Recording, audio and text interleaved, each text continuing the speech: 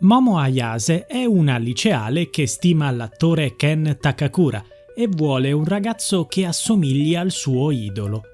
Lasciata dal suo primo fidanzato, Momo incontra a scuola un ragazzo suo coetaneo e lo salva dai bulli. I due cominciano a parlare dell'occulto, ma hanno delle divergenze. Momo ritiene che esistano gli spiriti, a differenza del ragazzo che crede negli alieni. Per dimostrare di avere ragione, i due si danno appuntamento in un luogo abbandonato. In quel posto il ragazzo incontra la Turbononna, uno spirito che gli infligge una maledizione e gli ruba il pene. Ayase, invece, viene rapita dai Serponiani, alieni del pianeta Serpo, che la spogliano e la lasciano in intimo poiché nel loro mondo, per assenza di donne, si riproducono solo per clonazione e, per tale motivo, vogliono fare sesso con lei. Tuttavia, il ragazzo maledetto salva Momo, che riesce a liberarsi sbloccando dei poteri nascosti. I due scappano via dopo aver scoperto che sia gli spiriti che gli alieni sono reali. Successivamente, Ayase chiede al ragazzo con gli occhiali il suo nome, scoprendo che si chiama Ken Takakura, proprio come l'attore. Momo si rifiuta di chiamare Ken col suo nome, poiché per lei non assomiglia per niente all'attore. Pertanto stabilisce che lo chiamerà Okarun, poiché è un nome che richiama l'occulto. Momo porta Okarun a casa sua, dove abita con sua nonna, una donna che si definisce una medium. Giunti sul luogo, Momo toglie un sigillo all'ingresso per fare entrare il suo amico, che altrimenti andrebbe a fuoco per via della maledizione della Turbononna.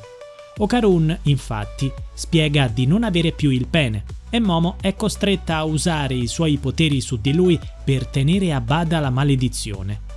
Alla casa, tuttavia, si presenta un alieno spirito che riesce ad entrare grazie alla rimozione del sigillo.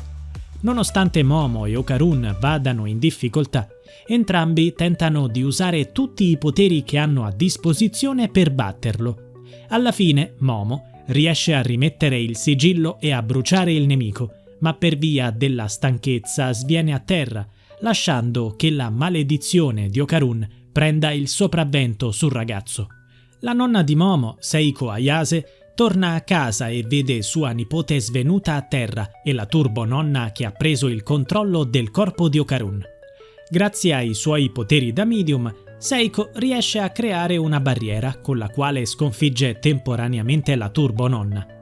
Quando Momo si risveglia, chiede spiegazioni a sua nonna e scopre che Okarun è vivo. Quest'ultimo si trova nel santuario del giardino, dentro al quale la maledizione non può agire. Seiko spiega a Momo e Okarun che devono allenarsi fisicamente, poiché l'unico modo per sconfiggere la turbononna è portarla fuori dalla città, dove ha meno potere ed è debole. Il giorno dopo i due cominciano ad allenarsi, ma Okarun, ormai al limite dello stimolo, si precipita in bagno, costringendo Momo a guardarlo mentre fa i suoi bisogni per tenere a bada la maledizione. Durante il momento imbarazzante, la turbononna dice a Momo che l'aspetta nel tunnel, dove può avere la sua vendetta. La sera, allora, Okarun e Momo prendono il treno per dirigersi al tunnel, pronti a sconfiggere definitivamente la turbononna. Momo e Okarun arrivano al tunnel in cui si nasconde la turbononna. Quest'ultima riesce subito a catturare i due, ma Momo, seguendo il consiglio che Seiko le aveva dato prima di partire, provoca la turbononna e la sfida in una gara di velocità, così da portarla fuori dalla città e sconfiggerla. La turbononna viene così catturata, ma risveglia uno spirito con le sembianze di un granchio gigante che costringe Momo e Okarun a scappare. I due sfruttano tutte le loro forze e salgono su un treno che conduce fuori dalla città. La turbononna li segue e cade così nella trappola, per cui, una volta fuori dalla città, Momo la sconfigge definitivamente e libera Okarun dalla maledizione. La sera Seiko chiede a Okarun di mostrargli il pene per sicurezza, ma lui si rifiuta. Saluta quindi Momo e dopo un imbarazzante e falso addio, i due si promettono di rivedersi il giorno dopo a scuola. Okarun e Momo si rivedono a scuola la mattina dopo il giorno in cui hanno sconfitto la turbononna. I due, vogliosi di parlare di occulto insieme, si cercano a vicenda durante l'intervallo, senza mai trovarsi. Verso la fine della ricreazione riescono casualmente a incontrarsi e finiscono per sbattere l'uno contro l'altra, dando l'impressione di starsi baciando alle amiche di Momo. I due, per l'imbarazzo, litigano e si rivolgono brutte parole, promettendosi di non parlarsi mai più. Okarun si reca in bagno e scopre che nonostante il suo pene sia tornato, sono spariti i suoi testicoli. Poco dopo, mentre si dirige all'uscita della scuola, si scontra con Aira, una ragazza che gli sparla da dietro e lo prende in giro. Momo, sentendo le parole di Aira, si vendica di lei gettandole una bacinella in testa e riappacificandosi con Okarun, che le spiega la situazione dei testicoli. A casa degli Ayase, Seiko scopre che la turbononna non è morta, ma è dentro il corpo di Okarun, per cui con un ventaglio trasferisce la coscienza della turbononna in una bambola Maneki-neko, mentre i poteri dello spirito rimangono in Okarun. Momo promette alla turbononna che riavrà i suoi poteri in cambio dei testicoli del ragazzo, ma la turbononna ammette di non sapere dove siano, in quanto gli sono caduti. La turbononna rivela che per trovare i testicoli di Okarun bisogna adocchiare biglie dorate di 5 cm, ma Okarun e Momo, nonostante le ricerche, non trovano nulla. A scuola, Aira mette delle false voci in giro sul fatto che Momo abbia dei rapporti sessuali facili con chiunque, poiché la crede un demone dopo averla vista usare i poteri per gettarle la bacinella in testa. Questo è accaduto perché Aira ha raccolto una delle sue biglie dorate, entrando in contatto col mondo spiritico, ma non sapendone niente, crede che Momo sia un demone da estirpare, mentre lei sia un angelo prescelto per la sua bellezza. Per questo motivo, Aira, chiedendo aiuto alle sue amiche, riesce a portare Momo in un capannone e legarla, ma la turbononna, andata a scuola con Okarun, capisce che lei ha la biglia. Nel capannone appare uno spirito, l'acrobata dai capelli setosi, che nomina Aira come sua figlia. L'acrobata finisce per mangiare Okarun, Momo e Aira, infastidita dai continui insulti dei tre, ma ingoia per sbaglio i suoi capelli e dall'interno della pancia Momo le dà fuoco. L'acrobata sputa così Okarun, Momo e Aira, pronti a combattere per sconfiggerla. L'acrobata tenta di catturare Momo e Okarun che, grazie a un piano strategico, riescono a bloccare l'acrobata stessa, i cui capelli rimangono impigliati nelle travi del capannone in cui si trovano. Grazie a questo riescono a stenderla e a metterla fuori gioco. Nel frattempo, la turbononna rivela che Aira è morta durante lo scontro. L'acrobata, rialzatasi, ammette di voler trasferire la sua aura al corpo di Aira, in modo tale da riportarla in vita, spaccandosi la bocca per far sì che Momo si fidi di lei e non pensi che voglia mangiarla. Momo allora, con il suo potere, collega l'aura dell'acrobata a quella di Aira, scoprendo così il passato di entrambe. L'acrobata, quando era in vita, era una donna povera che per mantenere la figlia guadagnava soldi facendo lavori sottopagati o prostituendosi, ma un giorno le portarono via la figlia e lei, dal dolore, si suicidò. Aira, invece, perse sua madre in tenera età. Aira scambiò l'acrobata per sua madre quando era una bambina e questo la portò a credere che Aira fosse sua figlia, motivo per cui l'ha cercata. Nel presente, Momo, avendo visto la storia di entrambe, piange commuovendosi, mentre Aira, riportata in vita, abbraccia l'acrobata chiamandola mamma un'ultima volta, così da poter far riposare lo spirito in pace per sempre, senza alcun rimpianto. Dopo la battaglia con l'acrobata, Aira viene invitata a pranzo a casa di Momo, ma ha un diverbio con lei in quanto crede che sia un demone e che Okarun sia sotto il suo controllo.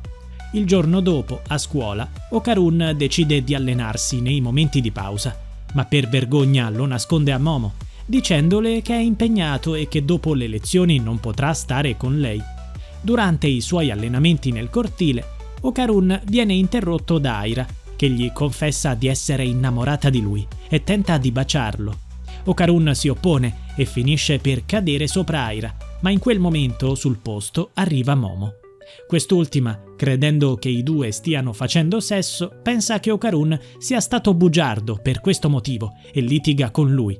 Poco dopo però Okarun e Aira entrano nello spazio vuoto degli alieni, incontrando un uomo gambero che canta una stramba canzone e accorgendosi che il pavimento comincia piano piano ad allagarsi. Da un'altra parte della scuola anche Momo finisce nello spazio vuoto e incontra una creatura simile a un dinosauro che sferra un attacco potente che rischia di ucciderla. Intanto Okarun e Aira scoprono che tutto ciò che sta accadendo è frutto dei serponiani. Gli alieni spogliano Okarun rendendolo completamente nudo per prendere i suoi genitali, ma Aira accorre in aiuto dell'amico trasformandosi con i poteri acquisiti dall'acrobata. Aira affronta i serponiani con i poteri dell'acrobata, mentre Okarun cerca invano qualcosa con cui coprirsi le parti intime. I serponiani bloccano con i loro poteri Aira e Okarun, non permettendogli di compiere movimenti. In quel momento, un uomo gamberetto, stipendiato dai serponiani stessi, colpisce Okarun ripetutamente per fargli perdere i sensi. Sul posto giunge Momo, sfuggita a Nessie, il mostro dinosauro che aveva incontrato, e con i suoi poteri blocca quelli dei serponiani. Nello spazio vuoto, tutto si trasforma in acqua, compresi il pavimento, il soffitto e le pareti. Momo, Aira e Okarun sono quindi costretti a fuggire nuotando, anche se il ragazzo non può, a causa dei poteri della turbononna che non gli permettono di immergersi appieno. Mentre due serponiani restano uccisi a causa di Nessie, poiché quest'ultimo spara a chiunque trovi davanti, il terzo serponiano, rimasto, decide di fondersi con l'uomo gamberetto e Nessie stesso, così da includere i poteri di tutti e tre. Alla fine, grazie a un gioco di squadra tra Okarun, Momo e Aira, i nemici vengono sconfitti. Durante l'attacco finale Okarun completamente nudo e Momo in intimo finiscono abbracciati ed escono dallo spazio vuoto ritrovandosi uno sopra l'altra davanti a tutti gli alunni della scuola che credono stiano facendo sesso in pubblico. I due allora fuggono via per coprirsi insieme ad Aira, anche lei rimasta in intimo. Momo, Aira e Okarun vengono portati in infermeria dove si sono rivestiti. Okarun, dopo l'attacco dei serponiani, capisce che gli alieni non attaccano la Terra perché questa è protetta dagli spiriti molto più forti di loro. Per tale motivo i serponiani tentano di attingere al potere di ragazzi speciali come loro. Poi, mentre Aira viene portata via dalle amiche, Okarun spiega a Momo del malinteso avvenuto in cortile, del fatto che Aira stesse cercando di baciarlo e che lui ci era caduto sopra, precisando a Momo che le aveva mentito per allenarsi in segreto. Aira intanto nella sua classe ammette ai compagni che è stata lei a mettere in giro delle voci cattive su Momo, così da prendersi tutte le colpe ed evitare che la ragazza finisca vittima di dicerie. Momo e Aira si rivedono in cortile. Qui ritrovano l'uomo gamberetto ferito e lo portano da Seiko, medicandolo e dandogli del cibo. La creatura spiega che suo figlio è malato e soffre di una malattia che gli fa espellere del sangue. Perciò la creatura si era affiliata ai serponiani credendo di poter guadagnare soldi con cui pagare le cure mediche di suo figlio. Seiko, accorgendosi che il sangue è il latte presente sulla Terra, gli regala una mucca. Il gamberetto torna così sul suo pianeta natale, ringraziando Seiko, Momo, Okarun e Aira. Poco dopo, a casa Ayase, bussa alla porta qualcuno. Momo, che stava supplicando sua nonna di comprarle una divisa nuova, va ad aprire e scopre che l'ospite è Gigi, un suo amico d'infanzia e il suo primo amore. Seiko rivela a Momo che Gigi vivrà con loro temporaneamente per via del fatto che i suoi genitori sono stati ricoverati. Okarun e Aira intanto vanno via da casa Ayase, lasciando Momo a discutere del problema con sua nonna. Momo afferma infatti di essere contraria alla convivenza con Gigi, ma quest'ultimo le chiede scusa per le prese in giro che le faceva quando era piccola e svela che i suoi genitori sono stati ricoverati dopo che anche lui ha iniziato a vedere gli spiriti nella sua casa, in particolare uno molto spaventoso. Nonostante l'intervento di numerosi medium, il problema è persistito, per cui ha chiesto aiuto a Seiko. La nonna di Ayase dice a Momo che dovrà essere lei a risolvere il problema in quanto il suo potere non si estende oltre la città. Il giorno dopo a scuola Gigi si presenta alla classe di Momo con il suo vero nome, Jin Enjoshi. Più tardi Momo trova Okarun ad allenarsi in cortile, non sapendo che sia ingelosito di Gigi, che si intromette nella conversazione.